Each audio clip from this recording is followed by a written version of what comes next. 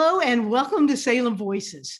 I'm Lucy Rose, your host, and I am so excited today to introduce you to our special guest from the Salem College class of 2015, Cristi Magracia. Cristi, you joined us today from New York. I think we're neighbors, right, buddy? But we just can't get together because of everything going on. Yes, I'm all the way down in Brooklyn. She's down in Brooklyn. Okay, so she's where the cool kids live. Unfortunately, that's not where I live, Cristi, but welcome to you. We're neighbors anyway. So what a pleasure to have you. Thanks for joining us today. Thank you. I'm very excited, happy to be here, honored to be chosen to be a part of this wonderful cohort for Salem Voices. Oh, thank you. We're so happy to have you. I can't wait. All right, so you were Salem senior, you majored in exercise science, and then you went on to USC and got a doctorate in physical therapy, which is just the coolest thing ever. And you work now at Metropolitan Hospital in New York, Brooklyn. Yes. You've already had an impact as a health leader, even though you're such a recent grad. So to get us started, in 5 minutes or less, kind of tell us about your journey between Salem and where you are and working today. Right. So as you said, I graduated from Salem with the Bachelor of Science in Exercise Science. And from there, I went straight into the Doctorate of Physical Therapy program at the University of Southern California, USC. And that is a 3-year year-round program, which combines time in the class as well as in the clinic. So I had a total of 7 clinical rotations for approximately 50 weeks. Plus or minus, and that's both inpatient and outpatient, so hospital-based, private practice, different patient populations, pediatrics. I even had a rotation in Beijing, China for 6 weeks. And then I also did a Pilates-based clinic, a balance and vestibular clinic.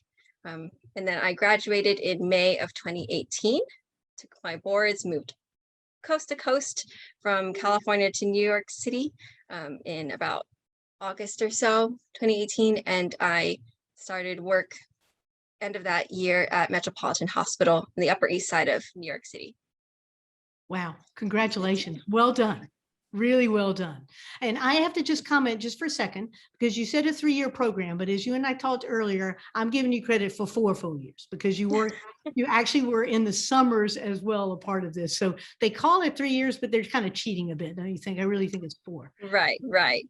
Yes. In other words, you're well experienced. You knew exactly what you were doing when you came out. And we're going to play on that a lot because I want to talk a lot about what you do and what drove you to do that and the impact you make and all that cool stuff. But I'm going to back up to the beginning. Okay. Of you're thinking about why you chose Salem. Can you let us all know what caused you to choose Salem College? Why did Cristi want to go to Salem? Right. So Salem actually recruited me for their cross country and track team. So that's how I initially got in contact with Salem, and through the application process, I was chosen to come out for a scholarship weekend, which is a weekend where you come and stay overnight and you take part in interviews and also interact with students on campus. And being there in person really sold me. I came home and I told my mom I want to go to Salem, and she says, we're gonna wait for the other programs to get back to you, other institutions. And I said, well, I'm going to go to Salem. Good thinking, Mom, but you're wrong. I'm going to Salem. Right. Yeah. Right. So one of the biggest things was the sense of community and the sense of being known as an individual. Because I had toured some other institutions in California, a lot of the bigger universities, and it just didn't feel as personal.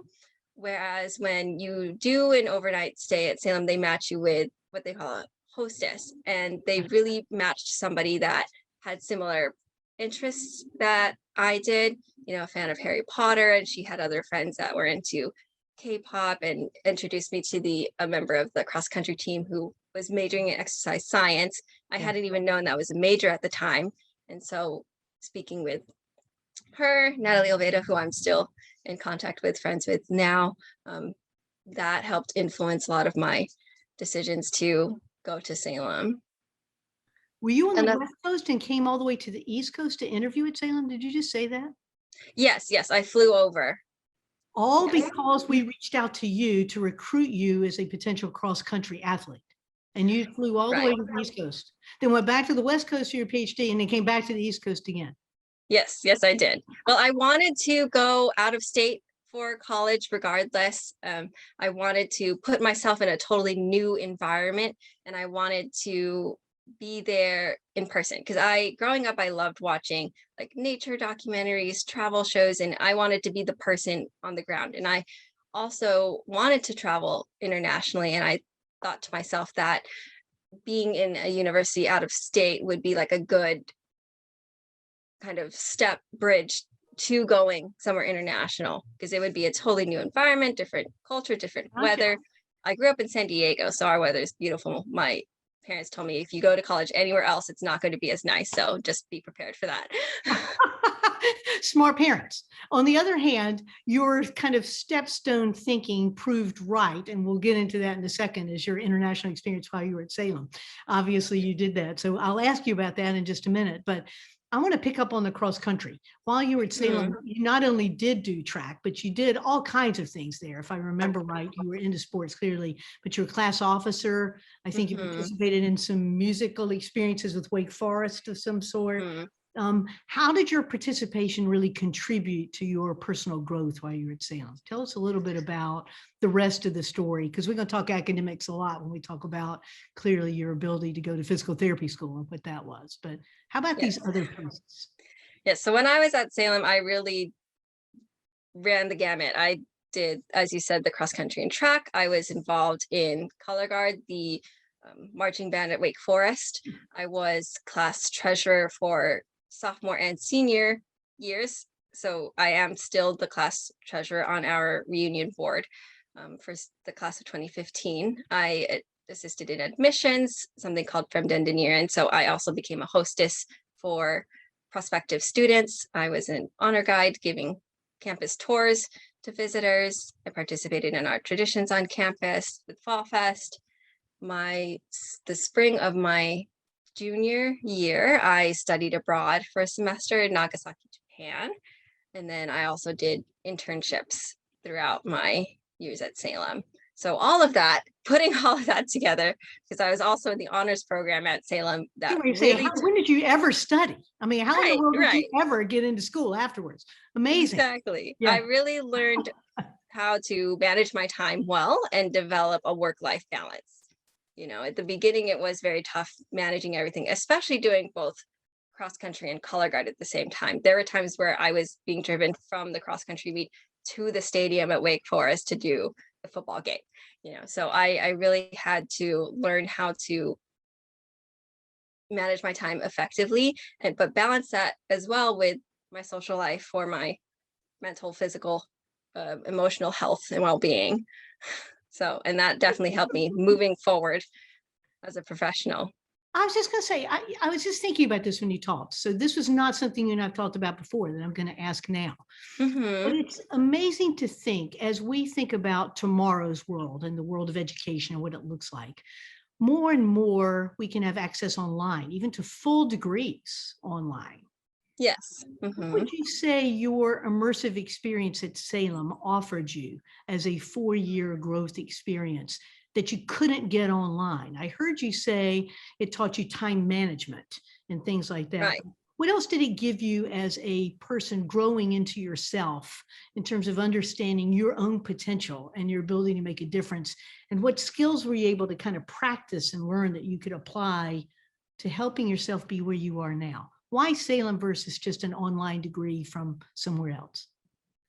Right. So being involved in all those different activities, I really learned how to work with others for different purposes. And I also had different roles in each of those different activities and environments. So I learned how to be more of a leader, more of a follower, what battles to pick, what things to be flexible and accommodating on, and which things to stand firm on. And I feel like a lot of that, you get that experience by being there in person and accomplishing tasks together with a group.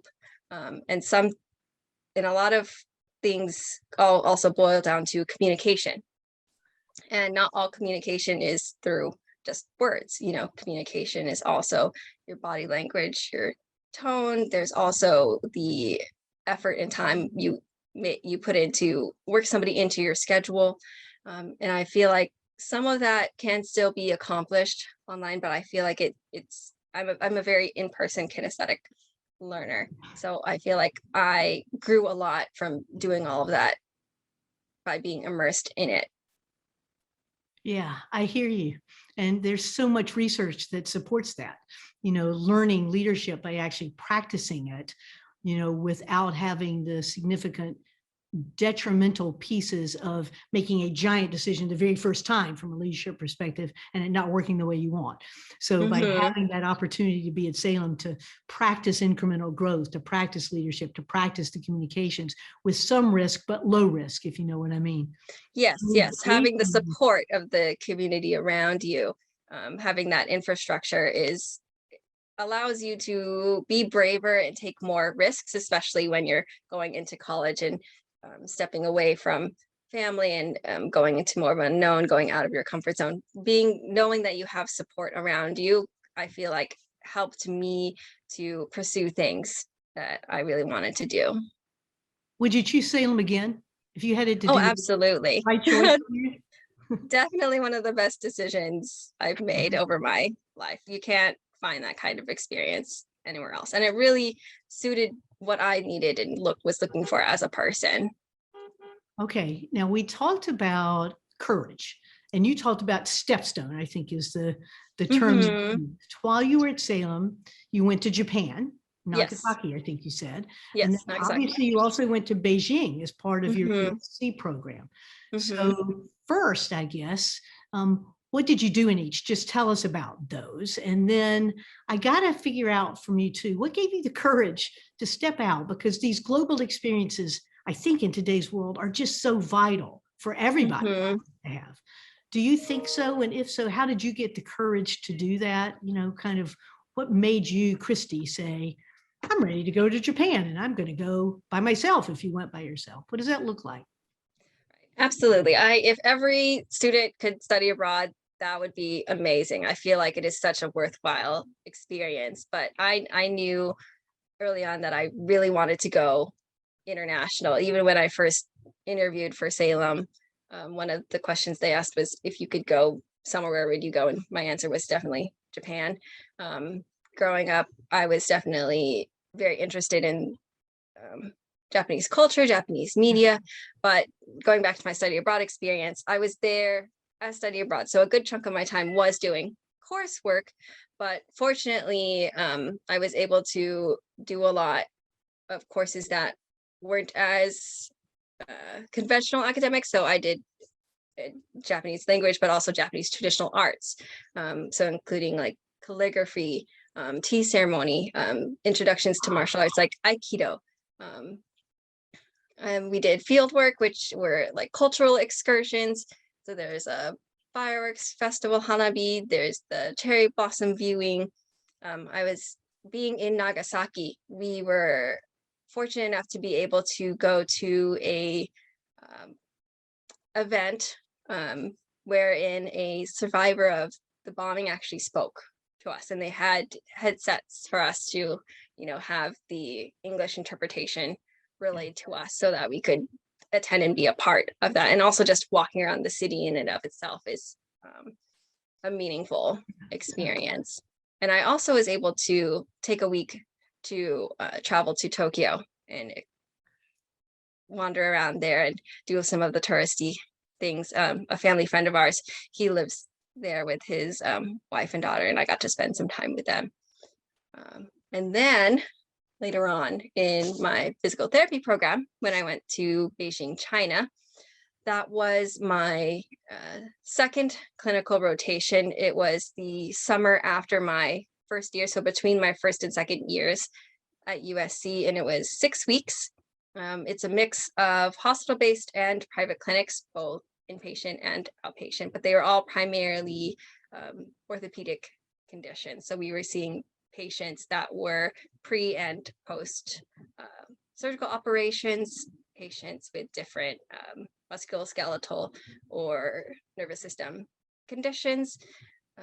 And so I was hopping around multiple different clinics and locations, including Huaxin Hospital, a clinic in the financial district and also a clinic that was situated in the water cube.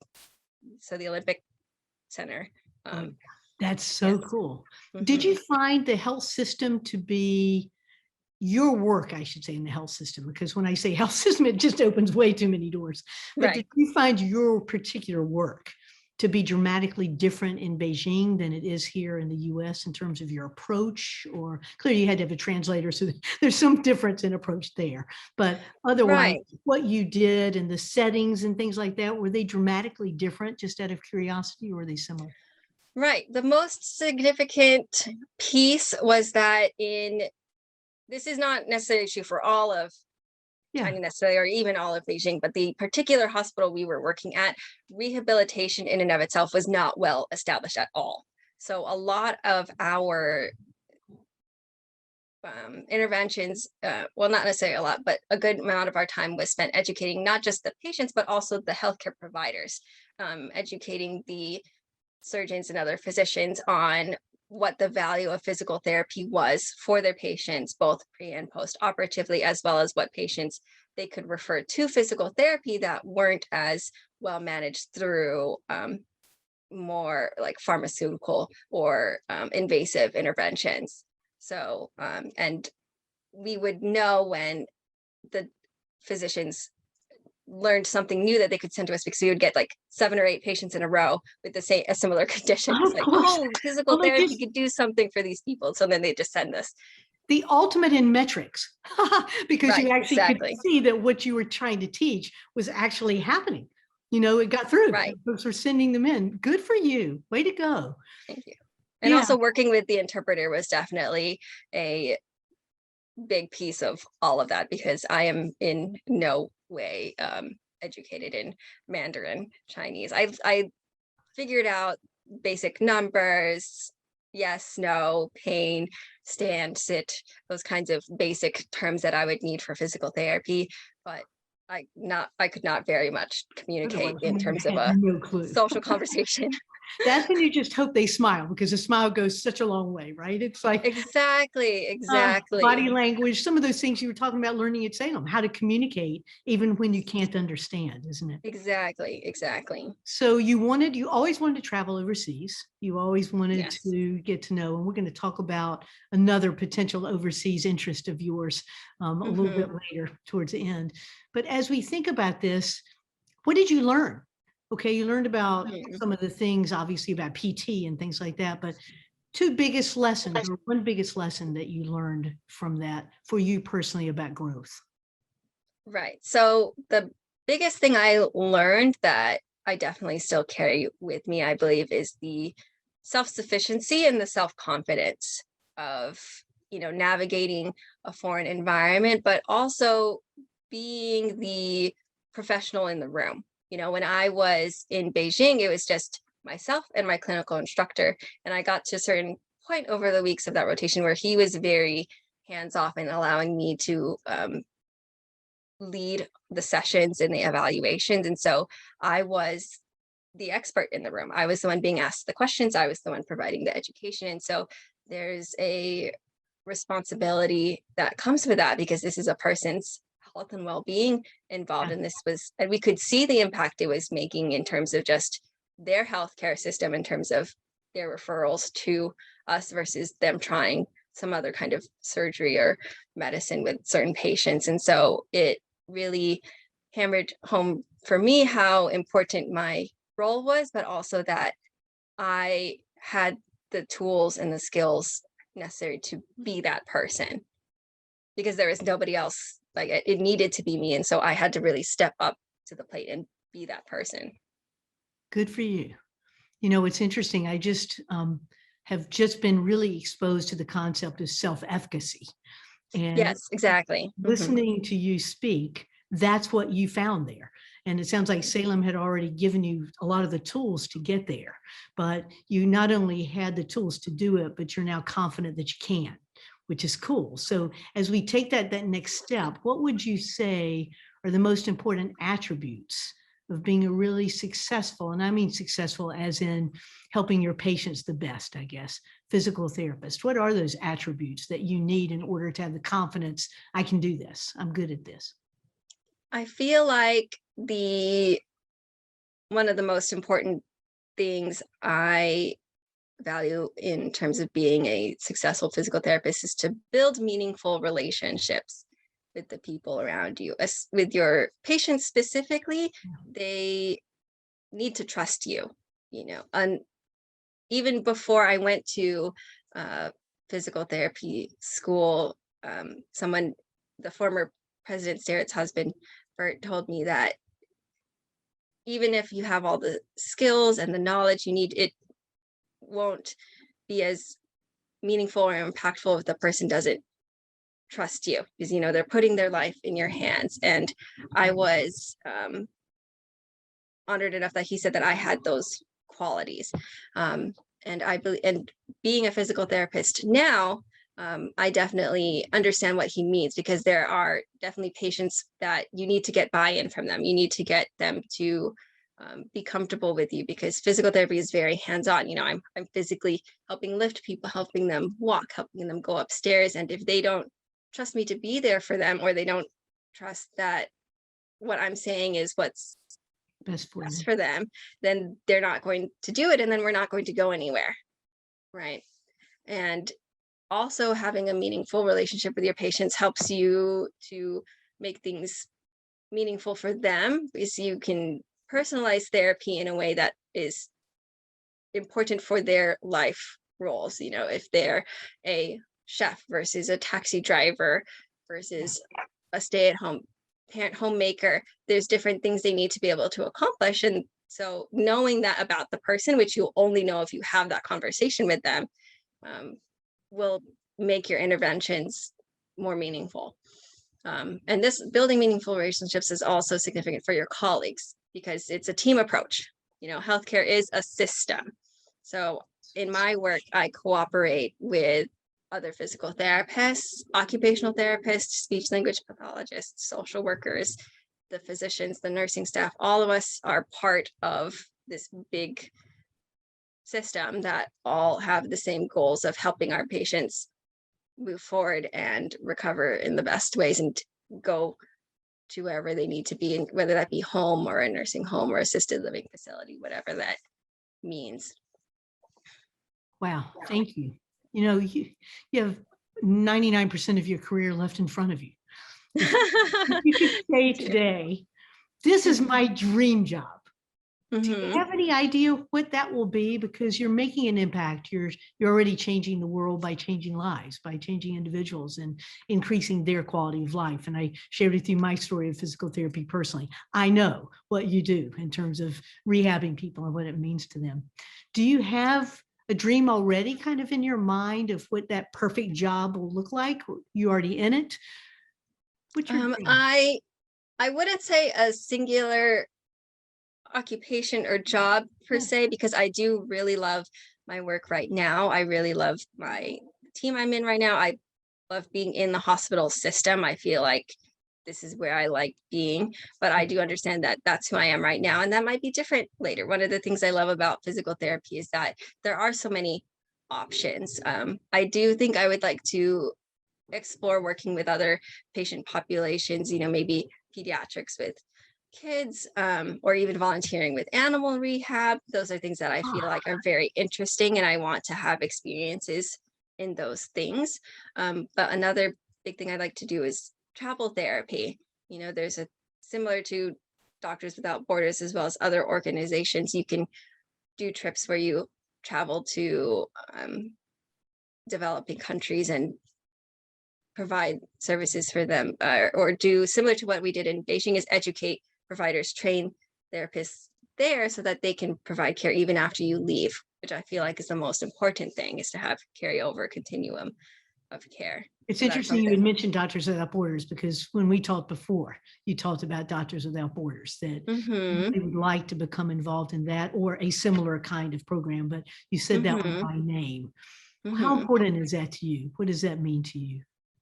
Is after my experience in Beijing, and I learned how much physical therapy can improve a person's quality of life in a big way with a relatively low cost, low resource intervention. Sometimes all it takes is some education on how to move your body or what kinds of equipment you need to use, or just understanding how the body works is very meaningful. And I feel like that's something that I would like to continue doing. And having learned so much with my experiences in Japan and China, I want to continue expanding my horizons, going to different places and seeing different ways of life and ways of living. And I want to keep doing that. And especially since with the lockdown and the pandemic, I feel an even greater desire to travel when I can. You have that travel itch and it's just not being scratched at all right Yes, now, right? yes, absolutely. Okay, well, it's okay that all of your dreams become a combination of a number of different things, right? It's okay. Mhm. Part of it is you just want to travel, because part of it also is you want to make an impact, and both are good. So you put those together and you create a win-win. It's just we need to get doing it. So that reminds me, what kind of impact has COVID, this pandemic, had on your work? And how has that felt to you? Because you have been a frontline worker for us. So I am going to say thank you. Thank you for putting yourself out Yes. there. Thank you for putting yourself at risk during all this time to help people recover in their normal kinds of accidents that happen, and post-surgical and strokes and all of those things. What kind of impact has that had on you, Cristi? Right. I will certainly never forget this experience of working at a city hospital in New York City during the pandemic. The whole having the entire hospital, just patient after patient after patient with the same infection. That was just an crazy, incredible experience. I think one of the big impacts is that it really strengthened my bonds, mixed my team members, because we all had to work together to get through this experience. And the pandemic definitely added another layer of complexity to our roles. We had to work with and around the fact that family couldn't visit. We couldn't do a lot of family training. We had to do things over video calls as opposed to in person. You had to consider the fact that when the person's leaving, they may or may not have good social support, caregiver support at home, because they need to be isolated. And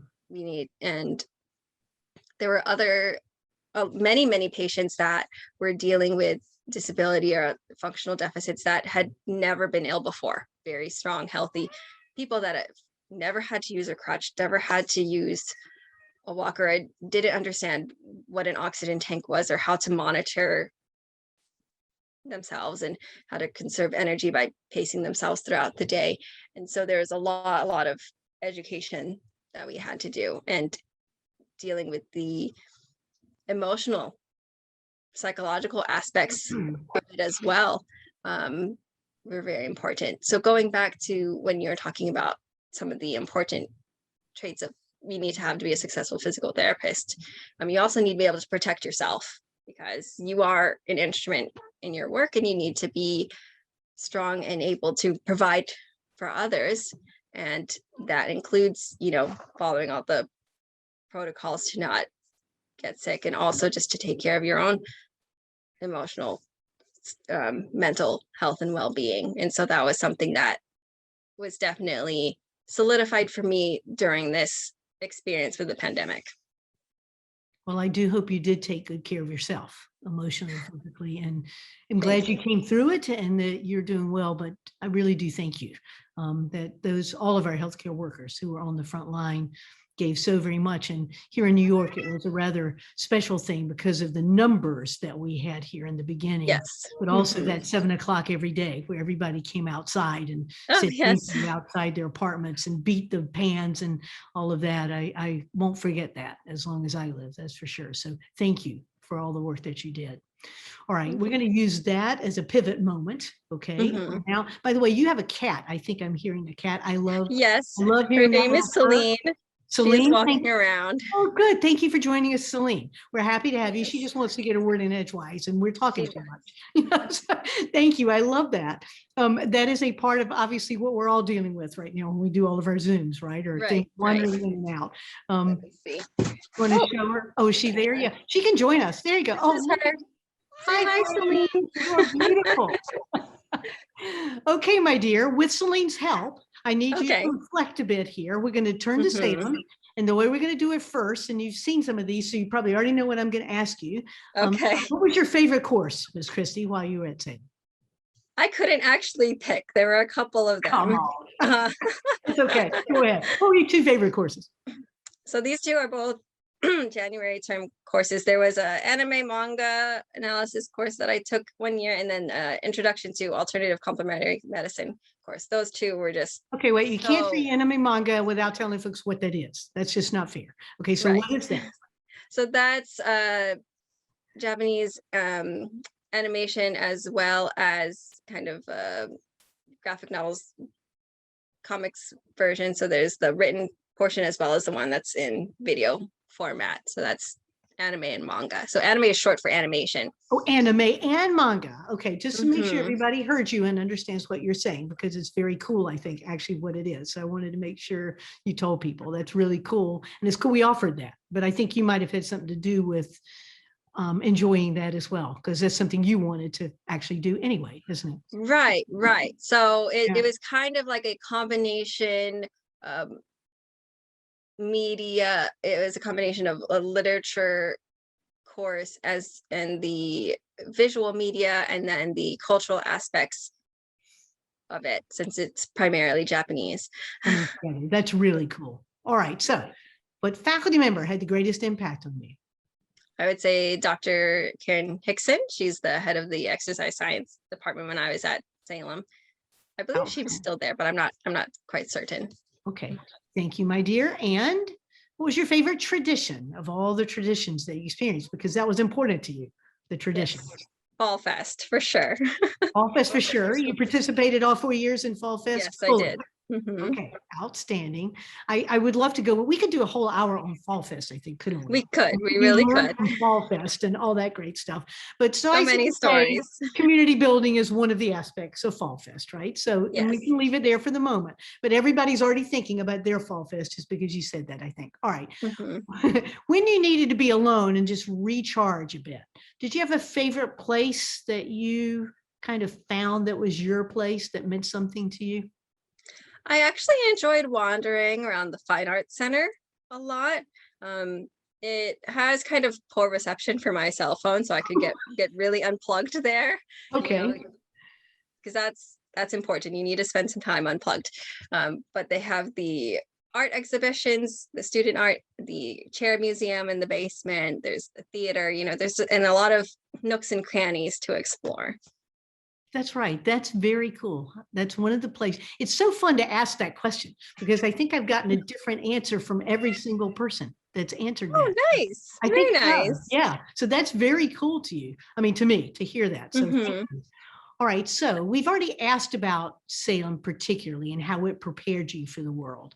How Right. about going to a women's college? Do you think going the women's college aspect of Salem, or Mhm. choosing a women's college, how do you think that particular piece helped really prepare you for the future and for your life ahead?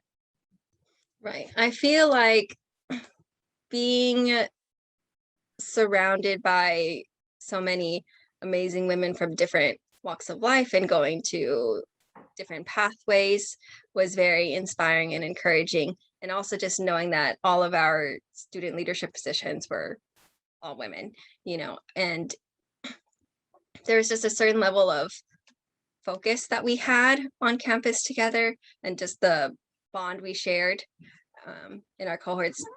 So many memories I have of being on campus in the dorms or other places on campus like the Fine Arts Center or Cool Patio, and just bonding together are just so meaningful to me. And I carry those memories with me, and I'll keep carrying them with me because the community that I joined by being part of Salem is something that I'm still part of now. I'm still connected to my friends, the different alumni groups that we had.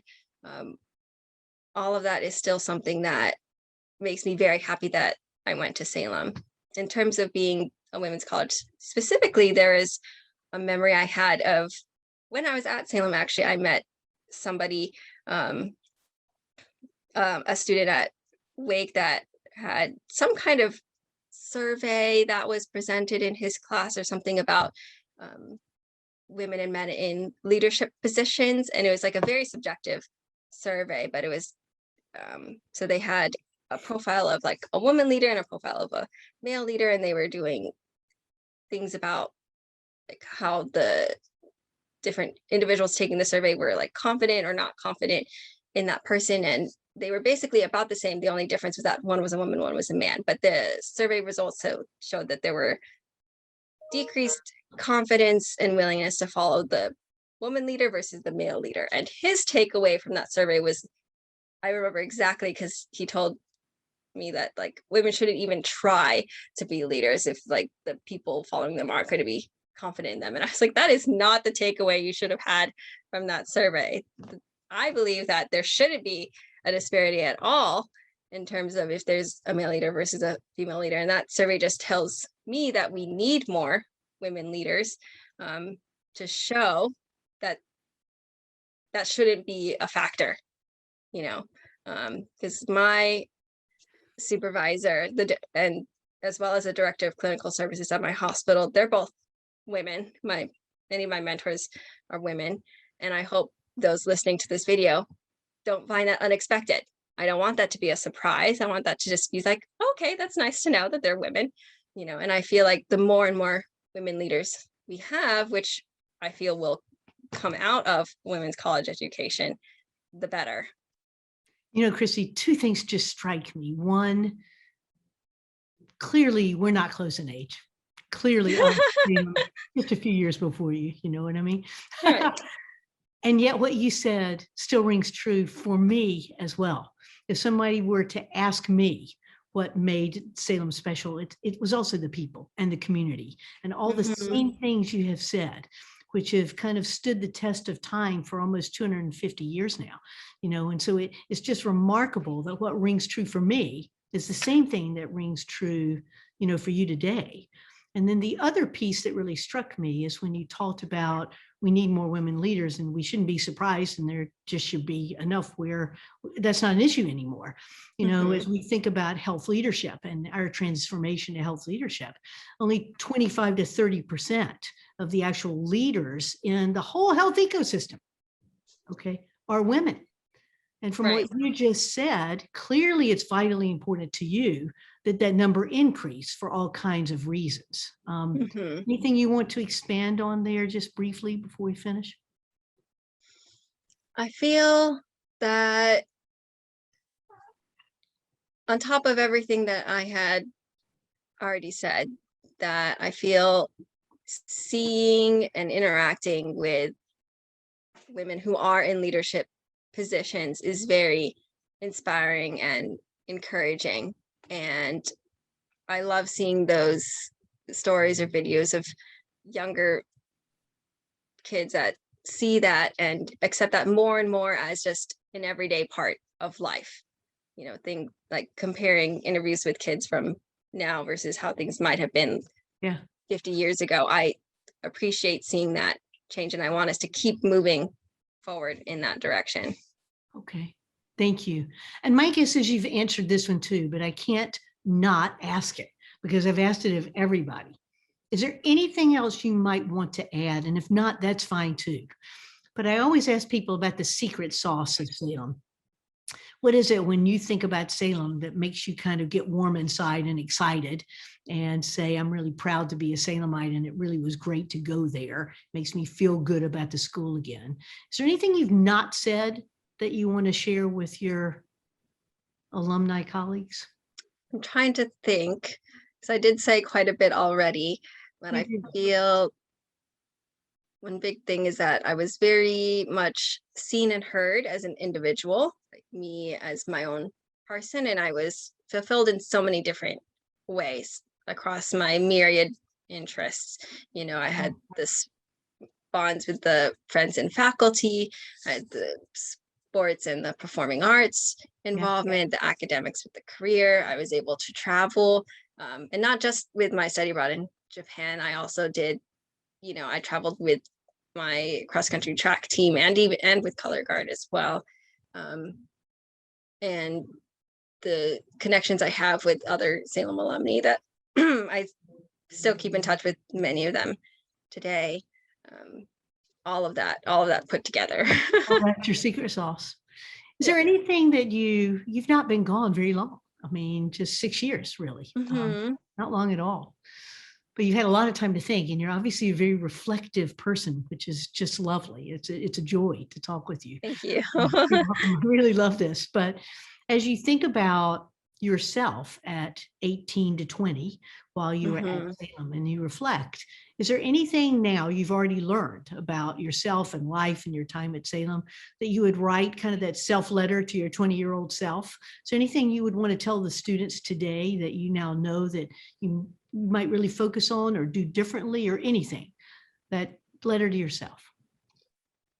I think I would tell myself to